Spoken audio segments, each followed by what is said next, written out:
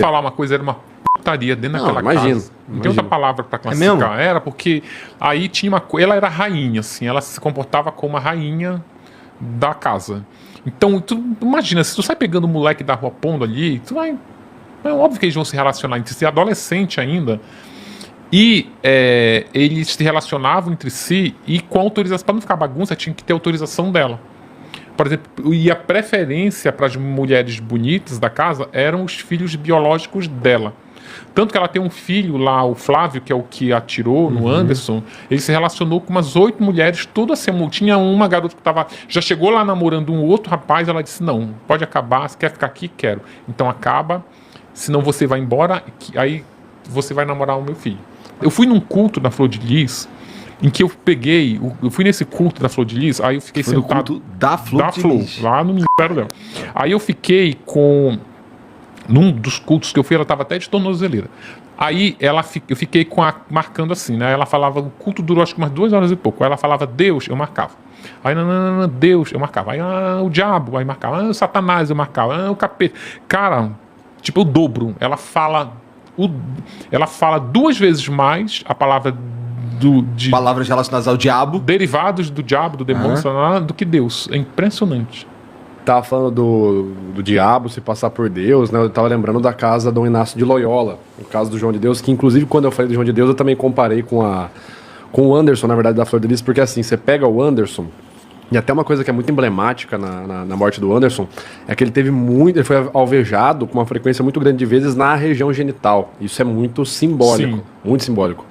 E quando você pega para observar outras pessoas que fizeram coisas semelhantes ao que ele fez, que é o quê? Criar uma imagem religiosa muito forte, por baixo dos panos, ter práticas extremamente, assim, no mínimo controversas ao que o cara prega, o final é muito igual. O casal aí criou a casa com 50 filhos. Mas o ponto que eu lembro mais, assim, que eu acho que é um traço muito marcante nessa galera, é da casa do Inácio de Loyola, do João de Deus. Se você ler a cartilha para você entrar na casa para o atendimento, assim, antes de você ser atendido, e a maioria das pessoas atendidas lá eram mulheres, jovens, você tinha que ler uma cartilha e declarar que você entendeu como deve se comportar durante o atendimento. Cara, é bizarro. Você vai entrar na sala, não pode abrir o olho, não pode falar, não pode questionar, não pode virar para trás, não pode virar para trás, não pode olhar para o lado, não pode fechar os membros. E aí é muito interessante que assim, vem com uma lista de coisas, você fala, você tá entregando a pessoa de bandeja. E aí o final é muito interessante, o verso final ali, a estrofe final, que ele diz o seguinte: caso algo soe estranho, caso algo lhe pareça esquisito, lembre-se daquilo que você almeja com esse atendimento. Talvez você ache estranho porque você ainda não está familiarizada ou preparada para receber enfim, o favor divino. Então olha como você coloca a pessoa numa condição assim, cara, meu pai tá com câncer, não sei o quê, o cara tá palpando meu é desconfortável, mas eu quero que meu pai cure o câncer. Então, sim. Olha que isso, bizarro, tu sabe, né, que cara? Tu falou isso, eu lembrei no documentário sobre ele do Globoplay. Muito bom, por sinal. Ele fez isso exatamente com a esposa daquele diretor lá do Barreto, o Fábio Barreto, que teve um acidente lá, e tipo, ele já tava desenganado, não tinha mais. E ela levou lá porque quando tu tá desenganado, tu tenta tudo, né? Qualquer coisa.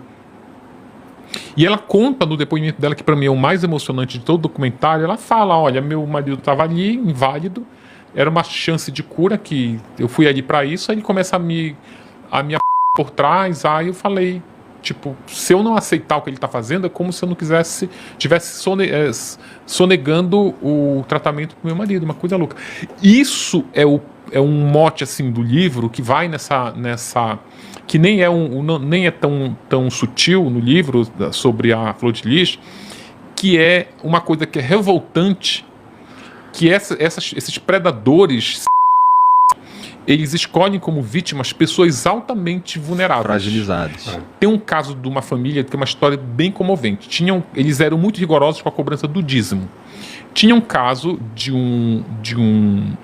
uma família que ela pagava um dízimo rigorosamente. Era um dízimo que era mais ou menos uns R$2.000, que é um valor alto para tu dar ali para uma igreja, ainda mais para uma família de classe média. Só que aí o cara, que era o chefe da família, ele descobriu que estava com um tumor no cérebro.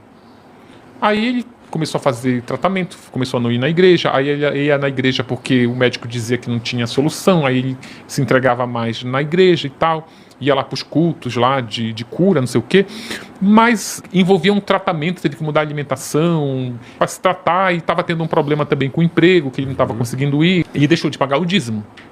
Pois o Anderson foi lá, segundo essa família, foi lá, pessoalmente, com a desculpa de saber porque que ele não estava indo mais na igreja, falou, e o dízimo? Ele falou, olha, não temos condições de pagar o dízimo. O cara tá mais morto do que vivo, já tá ali na cama, ó. Tá com uma dor de cabeça, que era um tumor que estava crescendo, uma dor de cabeça.